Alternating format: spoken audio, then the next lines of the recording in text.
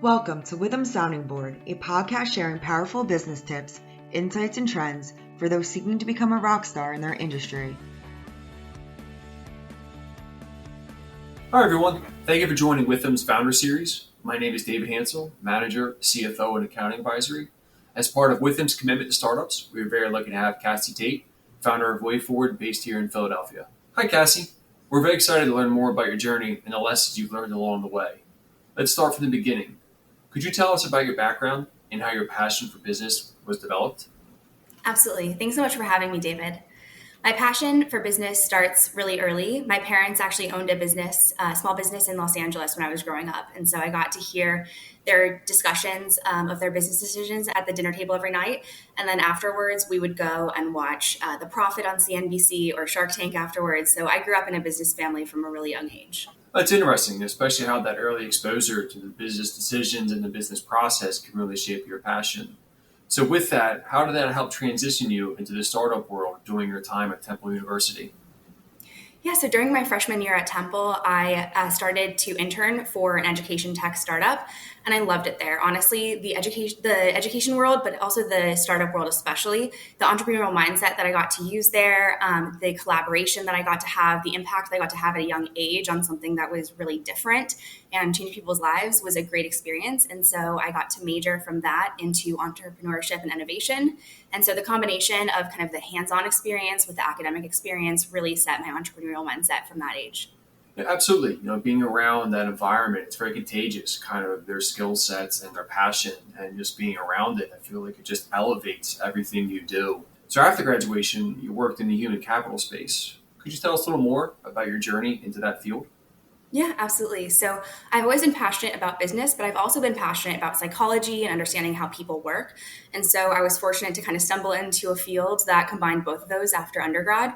So I got to go into human capital, first at a medium-sized pharmaceutical company and then at NBC Universal. So there at both places, I got to co-create leadership and organization development departments.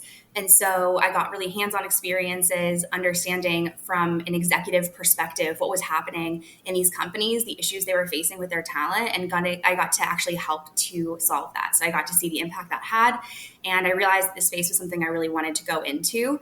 And so I decided from there to go into human capital consulting, and I decided to get my MBA from USC and focus in on leadership and organization development to do that.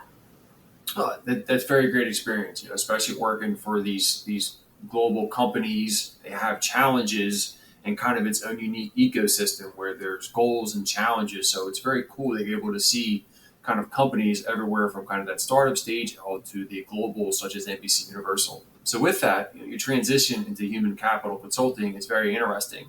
How did you leverage your MBA and transition into consulting work? Yeah, it was a great time. I actually, after my MBA, went to KPMG's People Strategy practice, which is a center of excellence within their mergers, acquisitions, and divestitures practice.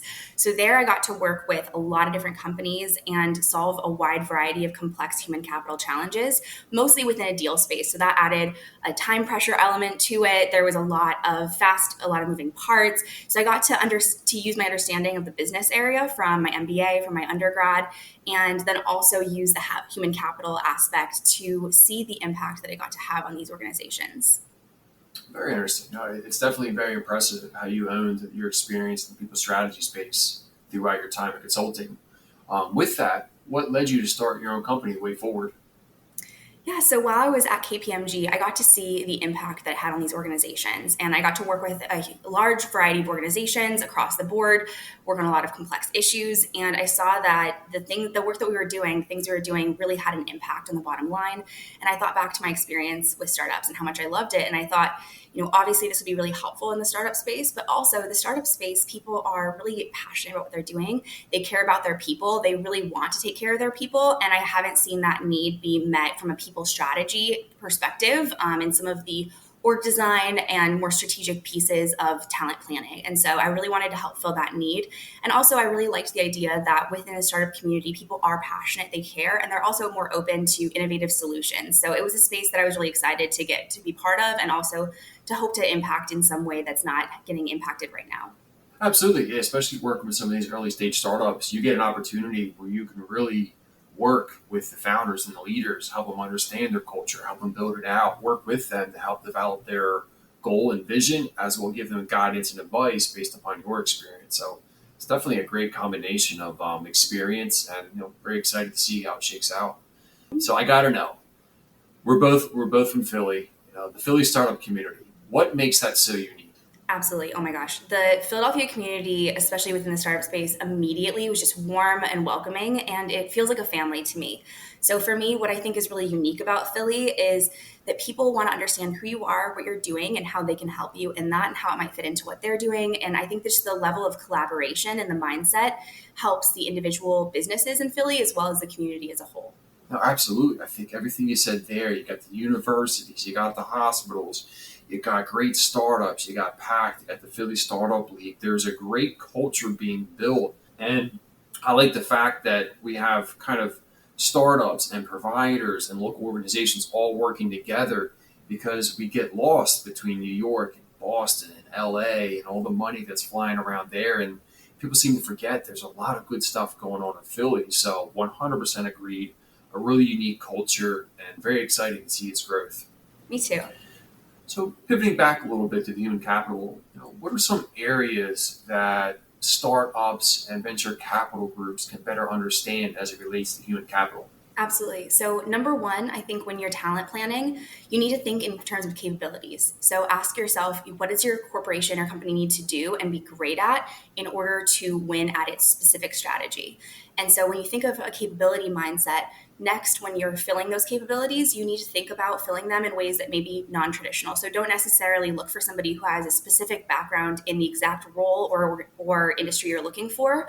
Be more open to where could they actually develop those skill sets. So maybe another industry has recently solved a challenge that you're looking forward to that challenge. And so looking for people with diverse backgrounds that we may not think of right now. And then the third is to prioritize passion from the beginning. So, skill sets and capabilities are really important, but at the end of the day, when you're building a company from the ground up, the people who are passionate about what you're doing and their role in it are going to be the most important players in your organization. They're going to be your number one cheerleaders, they're going to be your best salespeople, and they're going to find better people for, to continue working in your organization. They're going to make it a good place to work for everybody. So really prioritize passion in those first few hires. No, I think that is really sound insight. As capital is moving through and decision making is happening, you're trying to get your product to go live. These are just challenges and goals that you need time and you need focus. So those points you made there, they're absolutely perfect. So I'm going to ask you one more question. Based upon your time, experience, and your journey, what are some of the key lessons that you've learned that apply both to individuals and companies? Yeah, absolutely. I've learned a lot so far from my experience. And I think the number one thing is for both companies and people is just the power of human connection. The collaboration and connection with people has been the number one driver of my experience, my growth in my career, my growth as an entrepreneur and as a human. And so I really do believe that our strengths are better together and that we can do so much more in collaboration with each other than we can do alone.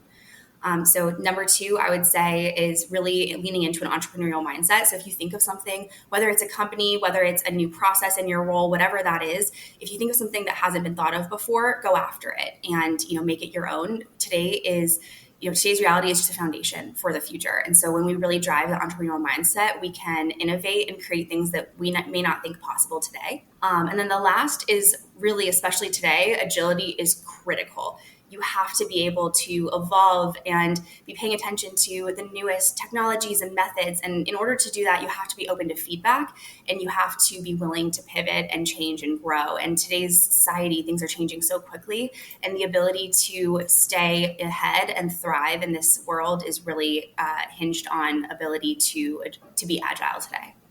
Yeah, absolutely. Cassie, these insights are so invaluable and they're applicable to startups and companies of all sizes. We do very much appreciate you taking the time today. With that, how can people get in touch with you? How can they find out more about Way Forward? Yeah, absolutely. So anyone can feel free to find me on LinkedIn at Cassie Tate, as well as wayforwardstrategy.com, where you can look at our services and some of where our insights come from, look at the neuroscience behind it, as well as the people strategy. So we're really hoping to have an impact on the startup community in Philly. Absolutely. Very exciting. Thank you for your time. We appreciate it. And we look forward to watching all the great things. Thank you so much, David. Thanks for having me.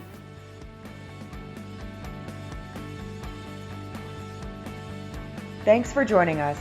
Be sure to subscribe to our podcast so you'll be first in line to hear what's coming next. Don't want to wait for our next episode? Check us out at withum.com. That's WITHUM.com.